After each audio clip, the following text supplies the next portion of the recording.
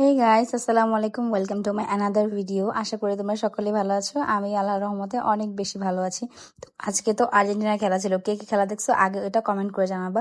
তো যাই হোক, সব কথা না বলে আমি ভিডিওটা জলদি জলদি শুরু করি। সকালবেলা আমি উঠেছি সকাল 6:30 বা 6:40-এর দিকে। আমার টাইমটা ঠিক মনে নেই, জাস্ট এরকমই একটা টাইম হবে। তারপরে জলদি জলদি করে রেডি হয়েছি যে খেলা দেখবো, এই জন্য জার্সি পরে একদম খেলা দেখবো, তাহলে খেলার ফিলটা আসবে। তা এটা হচ্ছে আমার আজকের আউটফিট, আর এটা হচ্ছে আমার আজকের ফাইনাল লুক। তো এত ভালো লাগছিল জার্সিটা পরে, ভাই মনে হচ্ছিল যেন আমি গ্যালারিতে গিয়ে বসে খেলাটা দেখি একদম সামনাসামনি। আমার কখনো ওই সৌভাগ্য হবে কিনা আমি জানি না।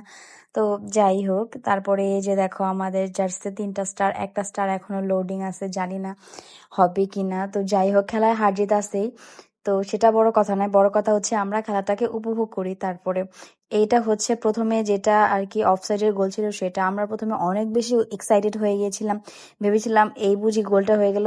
পরে দেখলাম যে না, এটা হয়নি, অফসাইড ছিল। পরে দেখলাম অ্যালজেরিয়াও একটা গোল দিছে, ভাবলাম কি রে, ওরা গোল দিল না, আগে একটা দিত। পরে দেখলাম ওদেরটাও অফসাইড হয়েছে। তো যাই হোক, তারপরে আর্জেন্টিনা একটা গোল দিছে, তো ওই ক্লিপটা একটু পরে দিচ্ছি। তারপর আমরা অনেক মাথা ব্যথা করতেছিল, যে কারণে আমি সবার ফার্স্ট একটা কফি বানিয়ে নিই। আর এই কাপটা হচ্ছে আমার হাজবেন্ডের ছোটবেলার কাপ, আমার আম্মু বের করছে তার খাজানা ড্রয়ার থেকে। তো যাই হোক, তারপরে আমি কফিটা খাচ্ছিলাম আর খেলাটা উপভোগ করছিলাম। অনেক বেশি ভালো লাগছিল বা গাইস, কি বলবো, জীবনের প্রথম আমি খেলা এত মনোযোগ দিয়ে দেখেছি ভাই। এর আগেও খেলা দেখেছি, দেখিনি তা না, কিন্তু আমি এত মনোযোগ দিয়ে কখনোই দেখিনি। তো যাই হোক, আর এটা হচ্ছে ফাইনালি ফার্স্ট গোল।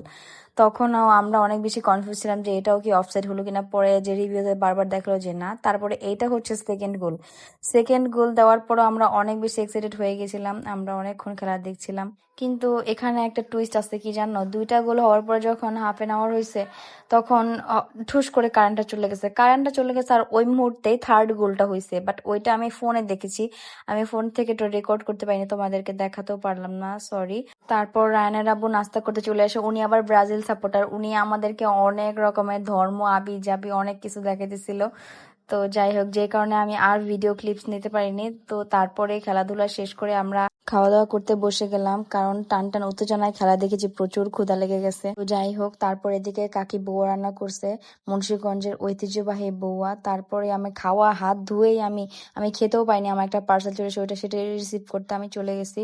তারপরে এসে আবার খাওয়া দাওয়া শেষ করে দুপুরে রান্না বসাবো। আজকে জাস্ট সিম্পল রান্না করব, গরুর কালাভুনা, ভাত, আর কালকে একটু ডাল ছিল, ওইটাকে একদম শুকনো শুকনো করে খটখটি বানিয়ে ফেলবে। এটা বিক্রমপুরের মানুষ অনেক বেশি ভালো চিনবে, তারা এটা রেগুলার বেসিসে খায়। তো এখানে কালো ভুনা করতে বেশি কিছু লাগবে না, লাগবে হচ্ছে তোমার পেঁয়াজ, নুন, আর বাকি যা মশলা লাগে। এখানে শুধু আমি জাস্ট হলুদ গুঁড়াটা দিব না। আর এখানে মেন ইনগ্রিডিয়েন্টস হচ্ছে কালা ভুনার মশলা আর হচ্ছে বেরেস্তা। বেরেস্তাটা অনেক বেশি ইম্পর্টেন্ট এখানে, এটা দিলে তোমার রান্নার ঘ্রাণটাই অন্যরকম আছে, জাস্ট ফ্লেভারটা জাস্ট চেয়ে থাকার মতো হবে।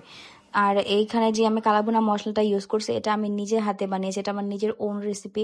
যদি তোমরা চাও এটা রেসিপি আমি দিতে পারি। যদি ওই মশলা তোমার বাড়িতে তৈরি করো, তাহলে তোমাদের আর বাইরের থেকে কালাভুনা মশলা কিনে খাওয়ার তোমাদের ইচ্ছাটাই আর থাকবে না। তো যাই হোক, তারপরে এদিকে আমি রান্নাটা বসিয়ে দিয়েছি, আর ওই মুহূর্তেই কারেন্টটা চলে গেছে। কারেন্ট থাকলে একটু কি হয়, মাংসটা খুব ভালো সিদ্ধ হয় কারেন্টের চুলাতে।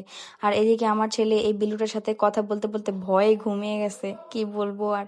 তো যাই হোক, তারপরে আরো একটা পার্সেল আছে, সেটাও রিসিভ করতে যাই। আজকে আমাদের পার্সেলের বন্যা বয়ে গেছে, একটা আমার হাজবেন্ডের। তো যাই হোক, তারপরে আমার রান্না বান্না শেষ। তারপরে একটু ডেওয়া ভর্তা বানিয়েছিলাম, অনেক বেশি টেস্টি ছিল। আর এখন হচ্ছে কালাভুনার মেন পার্ট, এটা হচ্ছে ফোড়ন। যখন তুমি রসুন আর শুকনো মরিচ দিয়ে ফোড়নটা দেবে, তখন দেখবে এটার গ্রানটা, টেস্টটা এত অথেন্টিক লাগবে তোমার কাছে এটা মনে হবে না যেটা তুমি একটা ফাঁকিবাজি কালাভুনা রান্না করছো। তো যাই হোক, তারপরে দেখাবো, এটা হচ্ছে আমার কালাভুনার ফাইনাল লুক। এই যে দেখো কত সুন্দর, একদম ইয়াম্মি হয়েছে। আরো একটু ভুনা হতো, আমি একটু কম করছি। তো যাই হোক, তারপরে খাওয়া দাওয়া করে আমি ছেলের সাথে একটু গেম খেলছি, বিকেলে ঘুমিয়েছি।